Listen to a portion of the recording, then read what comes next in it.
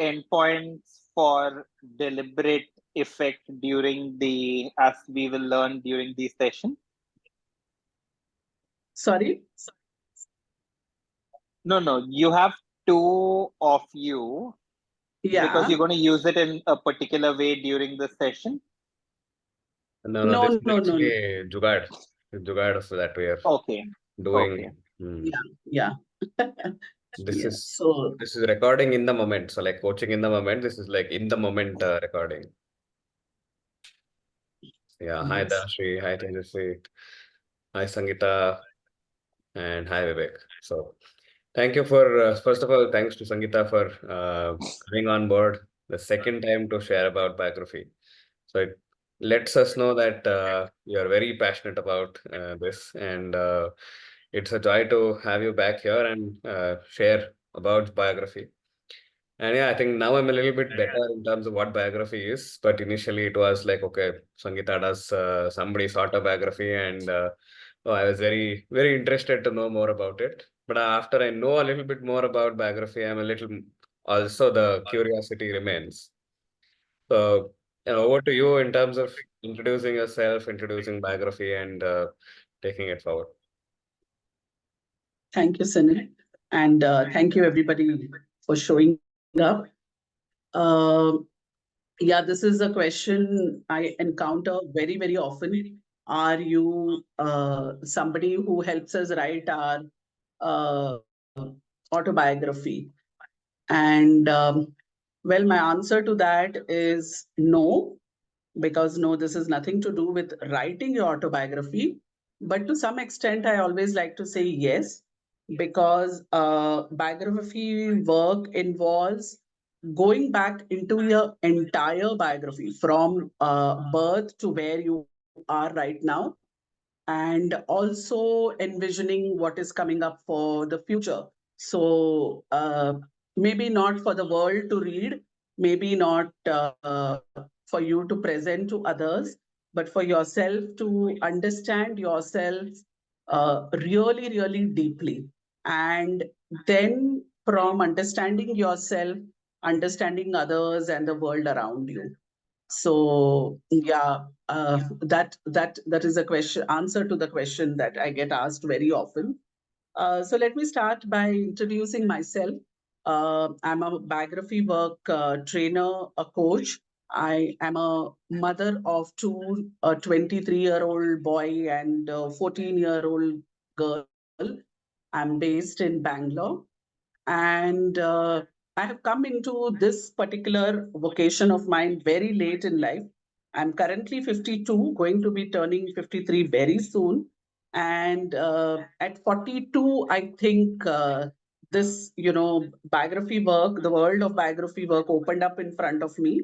And before that, I've had varied life experiences, like death of my mother when I was very young, illness in the family, then getting married early, and getting married and to an alcoholic. Then the challenges that come with it. Then again, finding a program called Alcoholics Anonymous, which was the saving grace for us, which was like a miracle for our entire family. And the reason I'm mentioning all this is not because I want to, talk about challenges or trials I have experienced, but because I believe that my work comes from a space of not just my training, but also my experiential learning. Yeah, so various encounters and experiences along the way, which have added to who I am, right? And until the longest moment, I wasn't really in this space of mind where I would look at it as a learning. I definitely looked at those as challenges and these questions. Why me? Oh my God, why doesn't this just go away? Then having a child who, as he was growing up, realizing that he's something a little special, not special in terms of challenges, but being having superior intelligence, and then the world around, the schools around are not catering to who he is, and whatever he wants to be. So then this search for a different kind of schooling system. Then through that, discovering a philosophy called anthroposophy, whose founder was Dr. Rudolf Steiner, who came, from the branch of theosophy, and then discovering Waldorf or Steiner schools, and then co-founding a Waldorf, the very first Waldorf school here in Bangalore, and then the adoption of my daughter, and then various paths that were opening up. And through that, one of the things that I encountered was this world of biography. And I really was very curious to understand what this is. And when I found out that it is about self work, working on yourself, for me, it was like, oh, wow, I'd really like to understand myself better. And I began that journey. And as I went along into the training, it was a 3-year training that I did. And by the end of it, I realized that this is not enough. I want to make this my own, not just my own journey, but I want to, somewhere touch the lives of others through this work. So I continued with my training. So almost like, ACC, PCC, stuff like that. So I finished 6 years in biography work. And then it was, this beautiful world of working with people's life stories and realizing that uh, though we are coming from very different backgrounds, different cultures, different languages, different situations, there is a common thread that is running through our biographies, and that we call the archetype of the human development. And this is something that even to this day, it's been 10 years since I've been in this field. And like when I listen to people's story and I very curiously ask them, so how old are you? And then it is tying up to the biography framework, right? So, however, this biography work was something that was not understood or is not very popular, not popular at all, not very popular at all in India. So because I wanted to move on to a bigger stage, and then the next logical step for me was to see what else can I do that will give me the credentials to just enter into a space, and then I can see what's happening. So that's how I entered into coaching.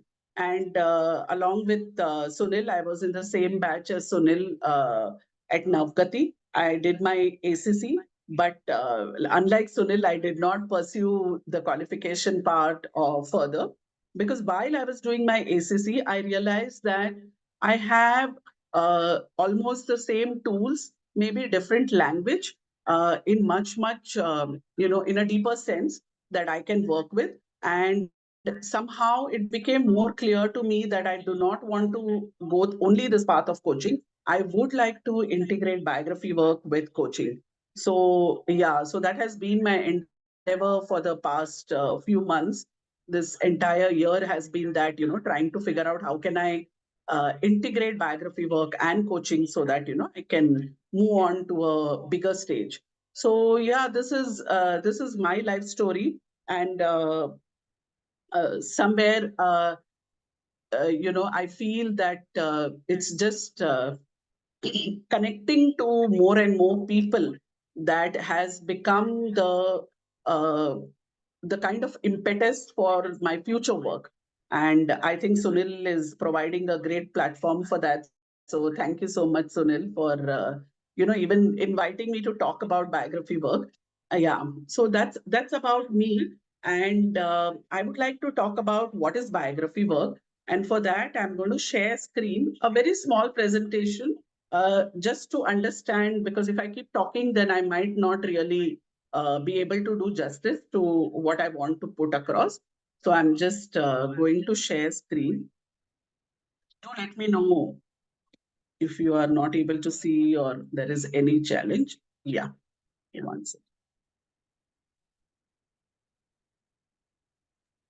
We are good, Sangita. So Yeah, sure. So, like we asked, I get asked, what is biography work? The basic question. So I like to use this analogy of, us flowing through the river of life. And while we are experiencing life, while we are living life, we are flowing. We are just going with the flow wherever the river is taking us, and uh, really not experiencing it or reflecting on it unless we come out of the river. So stepping onto the banks of the river, sitting there or standing there, whatever, sitting on the rocks, looking at where has this river originated from, what has contributed to this river. So whether tributaries joining in, what is the origin of the river, which two streams or four or five met together to bring about this river, what is the landscape, right? Whether there are rocks around, whether there is sand around, whether there are forests around, what is the shape that this river has taken. Now, while we are in the flow, we are not really able to see this very clearly. But having a vantage point, having stepped out, so actually not being engaged with the river, but being in this whole process of reflection, whole process of observing or witnessing. So that I would like to say is biography work. And having come to an some understanding of what this river is, how it has come about, and right now at the present moment, what is this river? And from this understanding, from this deeper understanding, to some extent, envisioning what is it that where would I like this river to flow in the future, right? So we do know that life is not all about what we want to do or we want to make it happen, but there is destiny that plays certain roles. So yes, there is destiny, and yet there is a free will component. So how can I become present to what is it that I would like to co-create? How would I like to, at least give my 100% to shape the future river? Yeah, so that I would like to say is biography work. And like I said earlier, Dr. Rudolf Steiner was the one who gave the framework of the 7-year cycles in our life, right? That life, human beings develop every each moment we develop. However, there is substantial growth or substantial transitioning that happens every 7 years. Now, if we look at various cultures across the world, then there is this, 7-year cycle that is very highly spoken of and very often spoken of. So Rudolf Steiner gave the framework. However, many other people after him have taken this framework and tried to do research with people across cultures, hundreds of thousands of people with their life story, and trying to see if this is really making sense. So this mapping of real life stories against the archetype. So that is what actually what we do in biography work. We have an archetype, understanding of archetype of human being, and then next to it is my own life story, and I'm trying to map what is happening. Oh, is it happening around this time? And then a better understanding. So a very good example I like to give is of maybe two examples I like to give. One is of teenage years, right? That third septennial between 14 to 21, and even little before that, even before they enter into that, there is so much of changes that is happening in the child.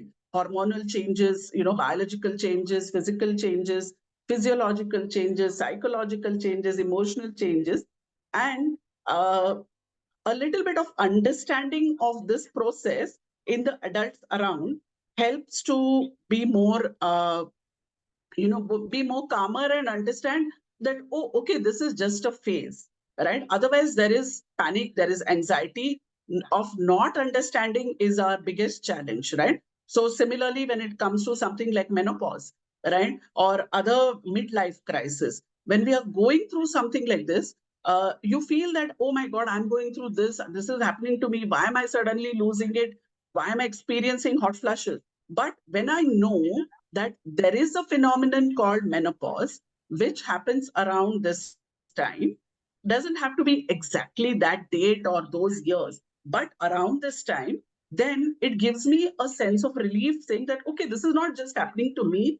this happens with everybody, right? Maybe different in different intensities, in different with different symptoms, but this is something, and that this will pass, right? So this is something that I feel biography work does in a very beautiful way. One is the healing of understanding myself, looking at myself from an objective perspective, from a little bit of distance without getting caught up in the uh, emotions of it and the drama of it, a little bit of a distance that gives some kind of deeper understanding and different perspectives, which is healing in itself.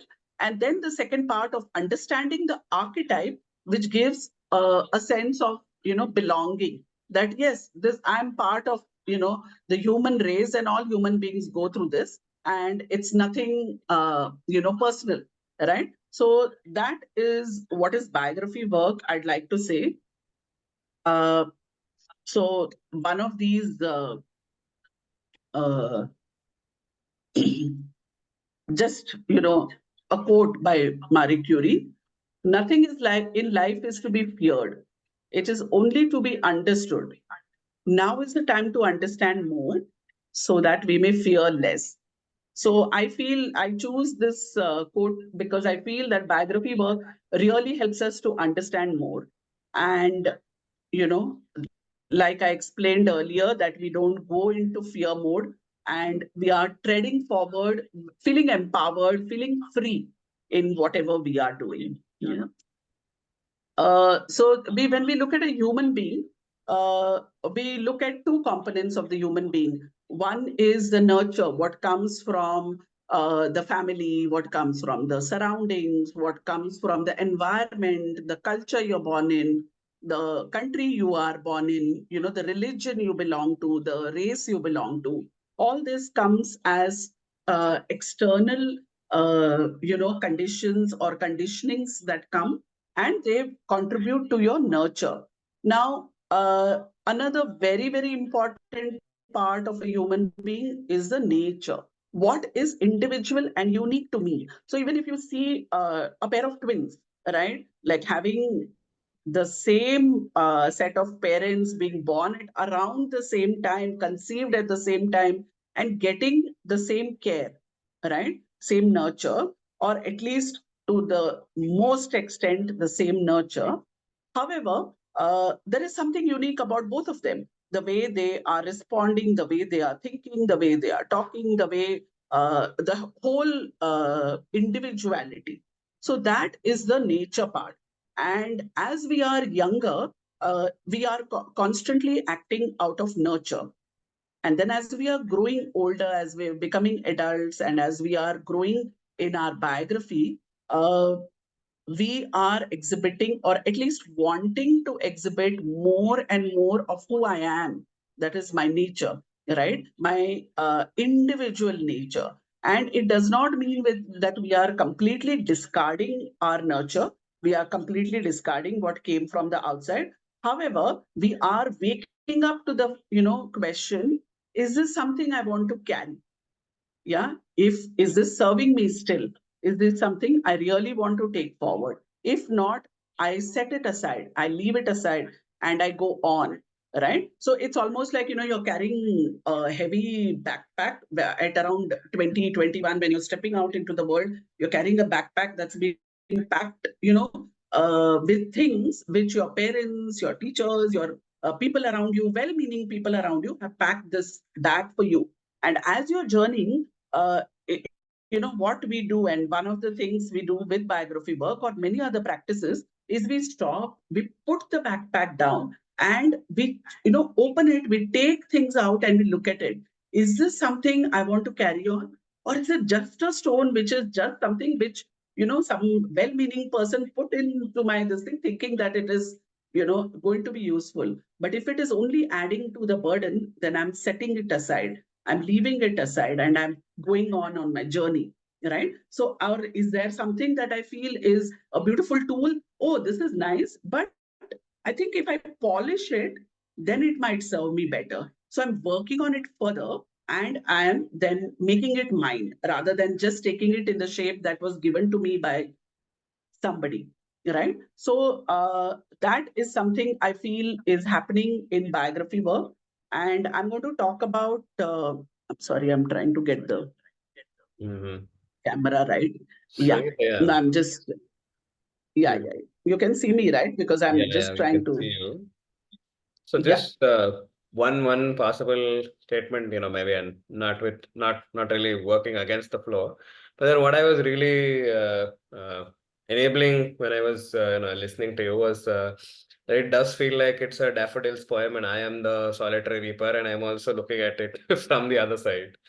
So I'm able to see the river as well as be the river and stay out of Yeah, it. Still stay out of it. yes, yeah. That's beautiful. We'll definitely come to it, Sunil. Thanks. Yeah. So this is just a basic, life chart of the development of a human being, right? So I'm just going to put the years. So you can see, uh, 1 second, I'll just get a marker, the pointer. Yeah. So you can see here on the left-hand side, it is birth, that is 0 years to 7 years, then 8 to 14, 15 to 21. Then it is going upwards like this. And then it's not going there here, it's coming down here and it is going up. Yeah. So there are explanations to that, which I cannot, not in the scope of today's talk, but there is it's not just very randomly kept here and there. That is how the human development is happening. So if you see the first three septennials, that is from birth to 21, it is a complete focus is on physical development. So building the instrument, it's almost like, the instrument is being made from nothing to adding. It's almost like, our nurture. That is what is happening, right? People think that, oh, you should go for this course.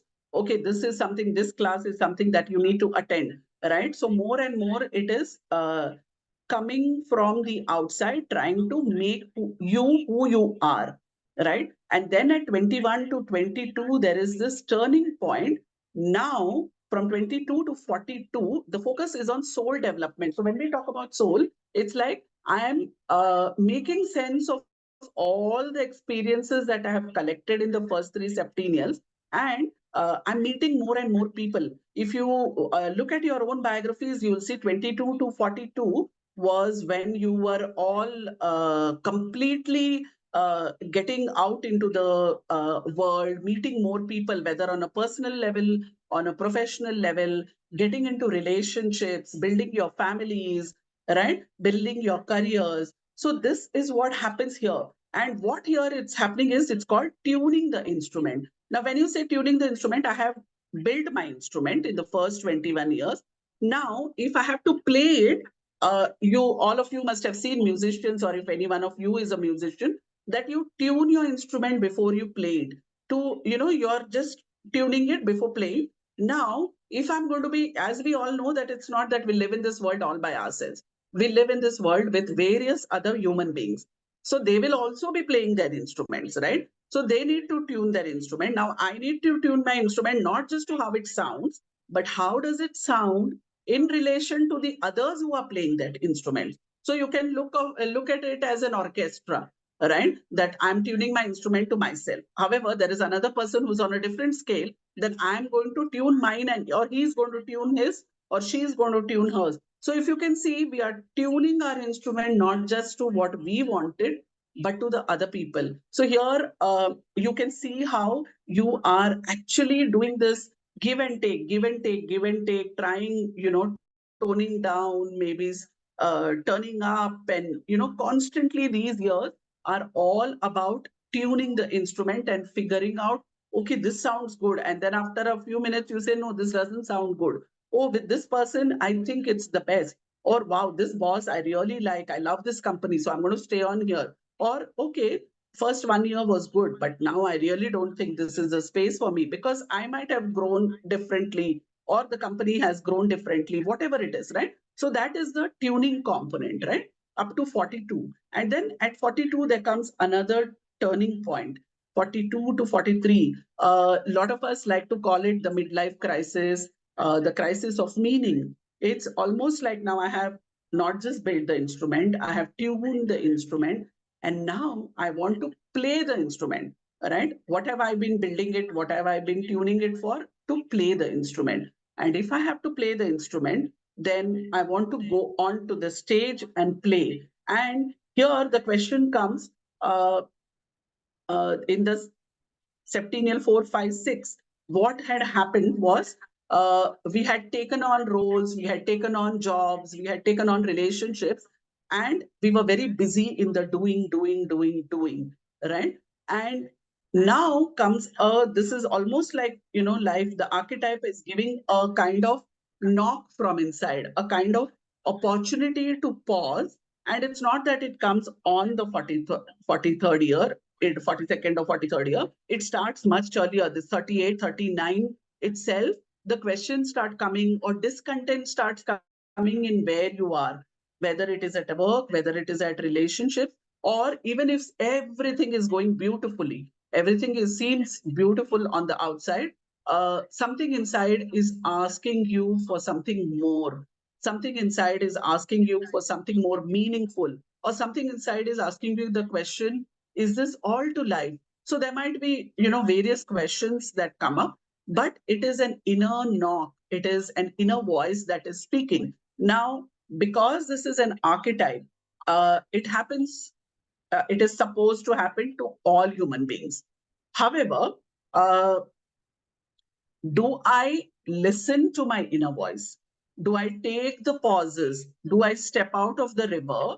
And like Sunil was saying, even while I'm in the river, am I able to listen to this voice? Or am I so caught up in listening to the outside voices, or to what is coming to me from outside, that I'm not listening to the inner voice? Right? So it does not mean that it only comes to certain people. This is something that happens across the entire race.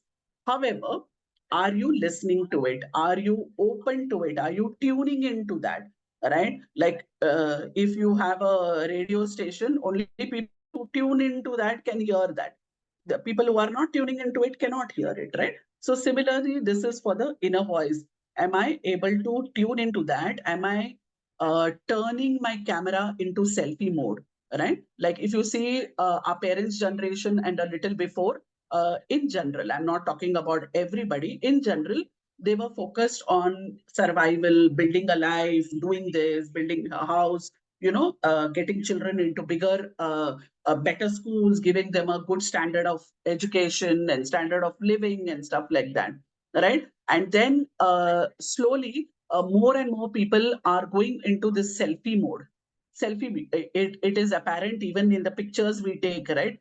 Do we ever remember, parents' time, our parents' time and before, people turning the camera onto themselves? Even if they had to, they'll tell somebody else to take a photo of them, right? Whereas here, now when we are doing work like this, I say we are turning the camera into selfie mode. So selfie mode is, I'm listening, I'm watching what's happening with me, I'm watching what's coming as an inner voice, I'm trying to listen, I'm trying to make sense of it. So this, these three septennials and even beyond, of course, I have only given up to 63. There it goes on much later into life, right up to 84.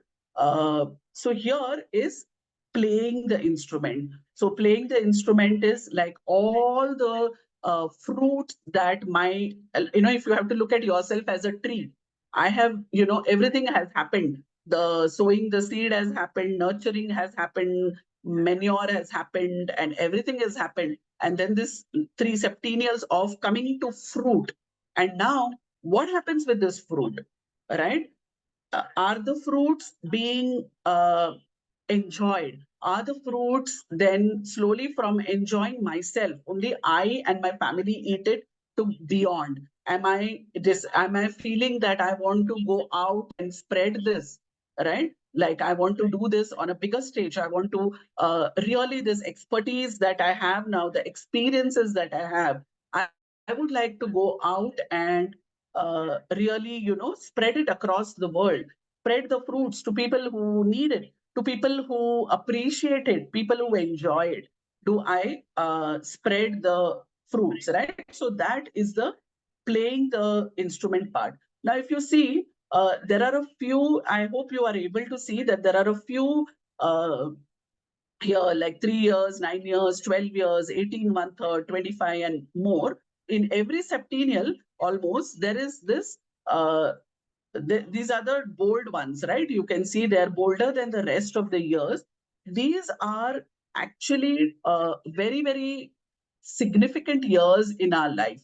Yeah, these are the times, like one example I'll give you, I can't go into all, but I'll tell you 3 years is the time when the child says, I want for the first time. Before that, from first year and second year, the child will say, oh, Sangita wants this, Sangita wants to do this, Sangita doesn't want to sleep, Sangita. And then at one point, in between the second and third year, the child says, I want, So this is the time when the child realizes, oh, I am a separate entity from my mother or from my primary caregiver. So there is a kind of I, the ego or the I, this is the birth of the ego, right? Like, oh, I'm separate, so I can want something different from what my parents want. And you'll see that these are actually, points of E, we call them ego points, where some things come up very, very strongly to us. And these might get triggered by either experiences that life brings to us, or certain people we meet, something we read, something we hear on the TV or radio, some quote from a book. It's like, something from outside triggers that, and then it starts off a process inside. And then, the whole development is happening. So, yeah, this is in the last time that we had spoken, people had asked, why is it only 63? This original framework was given until 63 because at that time the lifespan was quite short, and then it has been extended to 84. Yeah, but this is the basic life chart, 9-fold life chart, we call it. So like I said, with this quote, I really love this quote because it somehow again talks about biography work. The journey isn't about becoming anything. It is about unbecoming everything that isn't really you. So like I said, if you remember that backpack, it's like being packed with very good intentions or maybe some not good intentions or whatever. Can I set it aside, look whether this is for me individually, right? And again, not placing blame anywhere. Like when we look at, people say that, oh, why should I revisit my childhood or all those things? Why should I somehow revisit all those some unpleasant memories that come up, or there might be trauma? So why should I put myself through that again? So my answer to that is because you want to heal it, right? Because we are carrying it unresolved, unhealed. We're just carrying it. Now, this time round, with the help of somebody else who's going to help you in this journey, you are going to distance yourself. You're going to become a witness to that story. So when I'm doing, let's say I'm doing biography work with Sunil, then Sunil is witnessing his whole biography as though he is, a third person. He's an observer. He's not really becoming embroiled in all those emotions and everything that happens. Yes, to some degree, because we are human, we will experience some of those things. However, because of the structure of the work, we are able to see it from a vantage point. So panoramic view, So when you look at a bird's eye view, we call it also. When you are up there, you are able to see all round that, oh, okay, my mother said this or did this because she herself was going through this, or these were her circumstances, and that is why she didn't send me to this particular class, right? Otherwise, I'm going on with my story, my drama, that, oh, my mother didn't send me to dance class.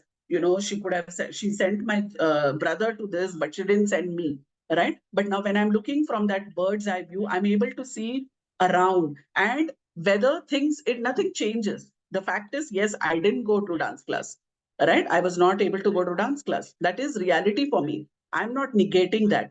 What is happening is a little bit of healing happens there. that, okay, these were the circumstances and this is what is. And then when we also become, because when we talk about being able to take charge of our present and the future journey of the river, then I'm saying, okay, I was not able to learn dance then. Now can I pick up dance? Maybe yes, I'm not as young as I was, but in whatever way, does that still make me happy? Oh no, I think my joy has shifted from dance to singing now. Okay, can I join singing class? And now, not for anybody else or to compete in the world, but because I want to experience that. I want to become who I am. I want to experience joy, right? So I also like to give this image of a big tree that has so many branches, and there might be some branches which are dead, some branches which are dried up. Can we prune those branches which are not needed, which are taking unnecessary nutrition and water and everything? And can we look at that bare thing that, oh, this is Sangita. If she is not a mother, if she's not a wife, if she's not a daughter, if she's not a biography consultant, then who is she? Right? What makes Sangita who she is? So looking at that part is something. So that is this unbecoming everything that isn't you, gives the possibility to not carry the dead weight and spring new things, right? Like spring new branches. It might be small, it might take time. Like I'm 52, like I said earlier, and I have just begun my journey in this space. Right? It would have been so beautiful that, oh, I had, what if I had found this path when I was 22, 23? However, at that point, that was not what it was meant to be. I was supposed to be collecting experiences. I was supposed to be transforming myself. And then when I was ready, this work came to me. Right? So that understanding that I'm now becoming me and I can do, what really excites me, what really fights me. Yeah. So I'm going to stop share because I've come to the end of this presentation. One of the things people ask is, also the question to ask here on this forum is, how do I integrate it with coaching? Because I'm bringing it on this platform where it is tribe of coaches, right? Uh, so one of the quotes that comes, I'm sure all of you have heard, is healer, know thyself.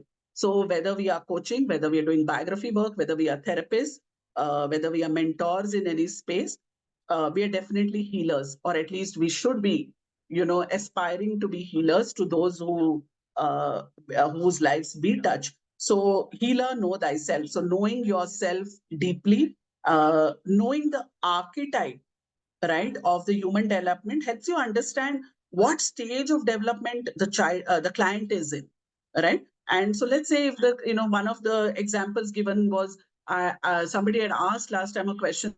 So this time, even before the question is asked, I'm just going to say is that in one of my clients who I'm currently working with, a few sessions ago, I realized that she's feeling a sense of unfulfillment. She has a life, a busy life as a mother, as a wife, as a employee and friend and everything somewhere. So then I asked her, what is your age?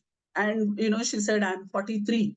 And I was like, okay, now it makes sense for me. Of course, I didn't speak to her and voice it out because it was in a coaching session. For me, it made sense that she's asking herself the question, who am I now? If I'm not any of those, then who am I now? So for me, that gave me some inkling of what are the further questions I should be asking. And within one session, I should say, and some in between work that I gave her. When she came back, there was a sense of excitement, a palpable excitement, because she felt, oh, okay, so now all this is in autopilot. Now I'm free to explore other things. And this time round, I'm not exploring it because it's my parents' expectations. I'm not exploring it because I'm good at it and people are expecting or whatever. I'm coming from a space of what gives me joy, what fulfills me, what is my sense of purpose. So we have taken up that as our line of questioning for the coming sessions, right? Also, a lot of times, we as coaches, come up with our own resonances, something, that in what the client is bringing up, a certain kind of judging, though we say that, we have to remain, neutral and no judging. But I feel that understanding where the client is for me in the archetype, it helps me in, being more empathetic towards the client. And yeah, so that's how, when I'm very clear, of course, that when I'm doing biography work, then the contracting is on biography work, but when it is on coaching, it is contracting is with coaching. However, it really, I personally feel that it gives me, more insight. So, like I had said in the, blurb that Sunil had shared, I feel it's almost like I'm, taking the coaching one level deeper, right? So that is biography work and coaching for me. So yeah, I'd like to stop here and hear from all of you. Interesting. So when you were sharing this, Sangita, so one thing that was coming very strongly for me was like this healer, know thyself. And also it's for even a client, there could be possibilities where biography work is being done first, and then based on whatever's coming through biography, coaching can then, essentially start or can get triggered with that.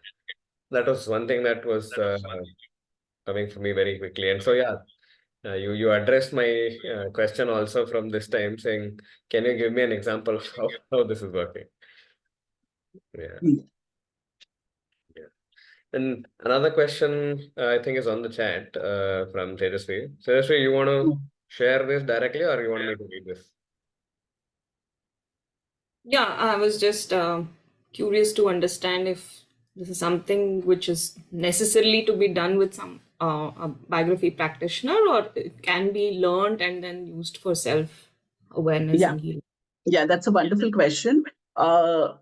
So in biography work, we have something called the foundation course. It's a 4-day course where we take you through the entire archetype, and along with it, parallelly, you're working on your own life journey. There are guiding questions for each septennials. Then so it is time for self-reflection. It is time for also sharing in groups, and so the sharing helps in learning not just from your story, but it's very interesting that I'm sure in coaching, also you have experienced it in maybe other spaces. You somehow end up with people who will share something which is resonating with you, or which is answering questions or giving more clarity to what you carry in your head but have not asked as a question, right? So there is group work. There is first is, of course, the concepts, understanding the whole archetype in detail, then self work, then group work. And in that, you are learning how to do this with yourself, on your own. You don't need anybody, as a practitioner to be working with you. There are some people who who come with pressing questions and a lot of challenges in relationships, or where they are in their life. So if they come with questions, then they feel that they should have a practitioner who's asking them. And also there is this kind of a hesitancy sometimes to work with groups with respect to your personal information or sharing, right? So these are both are possibilities, right? So one is where you learn how to do this work, and then that, of course, that's how I went into this whole process, right? I wanted to learn for myself. And then having known this, then I'm also using in the space of coaching. So yeah, so both possibilities definitely there. I hope I My next, answered you. yeah, sure. So in the subsequent sessions, like once I do the group work, etc., I'm able to apply this biography as a tool for healing other parts as they come up. Is my understanding right? Yes, absolutely. Yeah. Okay. Now, another question is, can this be used with clients who come with trauma, abuse, and so on, or that's Yes, out of the purview? absolutely. No, it's not in biography work. I don't know about coaching, maybe not. But if you're doing biography work with somebody, then it is definitely helpful. However, there is a certain point up to which you can do the healing, right? If you feel at that point that this is not something I can handle, like I have done, 6 years of training.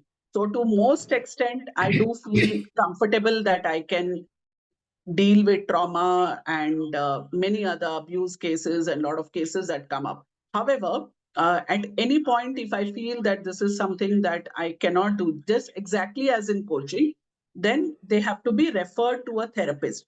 But it is definitely something that is of a healing nature. So yeah, it definitely can be used in every life story. There will be something that needs healing. Right now, the extent to which it needs healing, that is something that will only come up with working with that person, and then seeing if I can do justice to it or do I refer to somebody else. Yeah. So, from my understanding, from what you shared, is it also going to include? So, there is a bit of reframing, not bit, a lot of reframing of your story, which happens. Yes. And is it through metaphors? Is it through a storytelling? What is the primary form? Is it visual? Is it more text based? Yeah. So, like I said earlier, two things running parallelly. One is understanding the archetype, and one in storytelling. Storytelling is you are telling your story. So that's why I said that it's not wrong when you say that are we writing our autobiography, because we are going from birth, like what was the stage I entered onto, right? Otherwise we say, yeah, how was your birth? I was a normal baby, and then we just go on. Yeah, I had a good childhood, and okay, yeah, my mother was strict or my father was away, whatever, right? This is from the time you were conceived, or even before that. How were the family dynamics? What kind of family did you come into? What is your birth order? Right? Because that decides what was your gender. That decides, and gender and the birth order and gender, right? Like, am I the first daughter? Am I the second daughter? Was there this expectation of a son, and then there was a daughter born? So everything, each part of what happens with you or to you is somehow impacting who you become or who you are, right? Then we talk about first birthdays, first year 1, year 2, year 3, year 4. So a lot of time people come and say, what rubbish, I can't even remember anything until I was 7 years old, 6 years old. So we then tell them, okay, let's go back to photographs, let's go back to memories of what people have told us. Like, my mom would always say that this is how you were when you first went to kindergarten. You would refuse to go and whatever, right? So it is like very, very minutely with a magnifying glass, you are looking at every part. And the beauty of our mind is that, we have put it all in the subconscious and it is there. It's just that a little bit of, work on it and it comes up. And like Sunil said, as we become better at it, we don't even need to step out of the river. As we are in the river, we are able to reflect. So we are experiencing the river, we're experiencing what's happening to us, and we are witnessing, right? So that is the journey as you're going further and further and further into your own biography, that you're able to see, oh, this is a thread that is going through my life. Okay, this is a pattern that, not just in my family birth order, but everywhere else, this is what is a pattern for me. Okay, in my workspace also, this is what is happening, right? So it's becoming more and more aware of who you are as a result of what happened in your life from birth. Yeah. Thank you. So, a related question was, is it like inner child healing, like where you're neutralizing the memories and integrating those parts of you which were dissociated. Yeah. So that the inner child is one more thing that happens on its own, right? It definitely happens, but we are not only focusing on just one part of your life or anything like that. We are looking at the entire panorama. Like I said, I'm up like a bird, and I'm looking at my own story. So definitely integrating owning every bit of my story, right? Owning every bit of my story, whether it is a positive, whether it is a negative, and then looking at what are the gifts of, whatever happened, right? So definitely, yes, inner child is one big part of it. Though we don't call it inner child healing, but I know what inner child healing is. So I'm just saying that, yes, it does happen. Sure. Thank you, Sangita. Thank you. So any questions, Vivek, Anashri, Sangita, do you have any questions for us? No, nothing. Thanks. I think I have spoken a lot. Yeah, I think it was very, very absolutely clear as to the passion with which you were speaking. I think that was something that second very, that. very clear. It was fascinating. Thank you so much for sharing this. Yeah, I really enjoyed listening to it. Thank you, Vivek. So maybe I have a question. So Sure. what does biography work not do? What does biography work? Not do. Not do. Yeah. So biography work is definitely not therapy. It is healing, definitely. It is, like Tejasvi said, embracing the inner child and all that. However, there are certain conditions, certain situations where it is beyond the scope of biography in terms of Tejasvi said, that if the trauma, right, or abuse is something that is not being healed by biography work, right, then it definitely needs therapy, right? Whether it is I don't know, psychotherapy, the medications or whatever, or even mental health illnesses. Definitely, that is something that biography work does not really. It helps. I'm not saying it does not help, but that it's not the best space to be, because you might not be getting the best help. Yeah. So it is not therapy. It is not. Yeah. Thank you for Yeah. answering that. Dhanashri, you have a question. Yeah, thank you, Sangita, and thank you, Sunil. So I have a quick question about inner child. There are times when I feel during the sessions that I need to explore further the inner child aspect, but then sometimes I become skeptical, like whether the client would be open towards it or not. So is there any strategy or tool, very simple, that we can use to understand whether this person requires further exploration of inner child or not? So I think the coaching questions themselves will get you that answer, because then I don't know.